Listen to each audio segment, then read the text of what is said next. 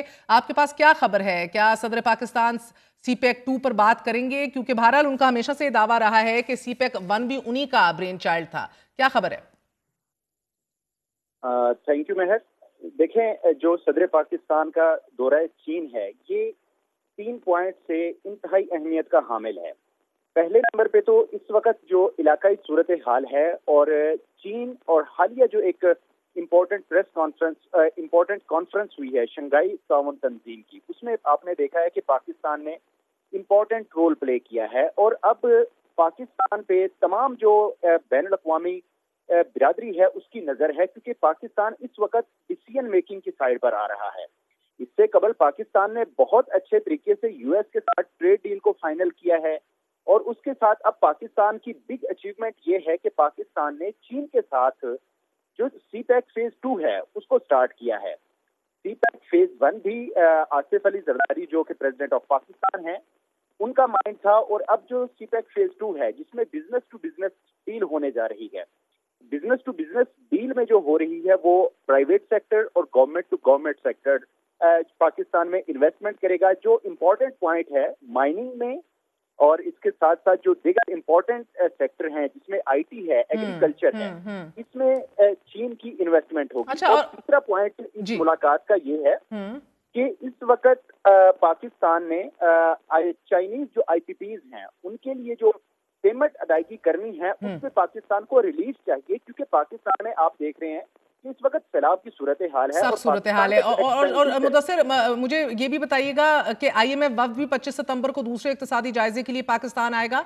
तो जिस तरह आपने मेंशन किया, सैलाब के पेश नज़र यकीनन पंजाब और सिंध में एक तबाही मची है, रेवेन्यू शॉर्टफॉल भी होगा। इस वक्त भी शॉर्टफॉल जो है वो 45 अरब से जायद का है। सो आईएमएफ जायजे के लिए जो हमने टारगेट्स रखे गए थे, क्या उनमें से कितने हासिल हुए हैं? मुख्तसरन फरमाइएगा। और अब क्या बात होगी? जो टारगेट रखे गए थे, 2 तरह के टारगेट्स थे। एक तो हैं जो रवा माली साल जुलाई से सितंबर तक अचीव करने हैं और एक गुज़श्ता माली साल तक जो अचीव किए गए हैं। बात कर लेते हैं कि जो इस वक्त इकोनॉमी को चैलेंजेस दरपेश हैं, क्योंकि जो टारगेट अचीव होने थे उसमें ज़र मुबादला ज़खायर, प्राइमरी बैलेंस और जो दीगर टारगेट्स थे वो बेंचमार्क अचीव हैं। लेकिन जो पाकिस्तान चैलेंजेस फेस कर रहा है सैलाब की वजह से, आपको पता है कि सियालकोट से लेके बहावलपुर तक के जितने आरटीओज हैं, रीजनल टैक्स ऑफिस, उसकी टैक्स कलेक्शन कम हो गई है। और जो ज़राए एफडीआर हैं उनकी जानिब से ये बताया गया है कि अभी तक एफडीआर को तकरीबन 45 से 50 अरब रुपए का रेवेन्यू शॉर्टफॉल आ चुका है। और अब जो सितंबर में बड़ा टारगेट रखा गया है ऑलमोस्ट 1385 अरब रुपए का, ये अचीव 1385 अरब रुपए का। जी, तो आईएमएफ जो आ रहा है 25 सितंबर से 8 अक्टूबर तक पाकिस्तान का दौरा करेगा, जिसमें दूसरे इक्तिसादी जायजा के तहत पाकिस्तान को 1 अरब और 10 करोड़ डॉलर की एक्सटेंडेड फंड फैसिलिटी कर्ज प्रोग्राम के तहत तीसरी किस्त मौसूल होगी। इसमें जो इम्पोर्टेंट पॉइंट है कि एफबीआर को जो बेंचमार्क सेट किया गया है रेवेन्यू कलेक्शन का और सॉवरन वेल्थ फंड का, जो कि फाइनेंस मिनिस्ट्री से डायरेक्ट लिंक है, इन 2 बेंचमार्क्स पे वज़ारत खजाना और एफबीआर बता रहे हैं कि आईएमएफ के साथ टफ निगोशिएशंस हो सकती हैं। जब फाइनेंस मिनिस्टर से मेरी गुज़श्ता हफ्ते के दौरान बात हुई और फाइनेंस मिनिस्ट्री के जो ऑफिशियल्स हैं तो वो रिलेक्टेंट हैं अभी इस बात को लेकर कि जो एफबीआर के टारगेट्स हैं वो कैसे अचीव किए जा सकेंगे, क्योंकि आईएमएफ की ये फर्स्ट कंडीशन है कि अगर पाकिस्तान ने अपना एक्सपेंडिचर बढ़ाना है तो साथ में रेवेन्यू बढ़ाना होगा।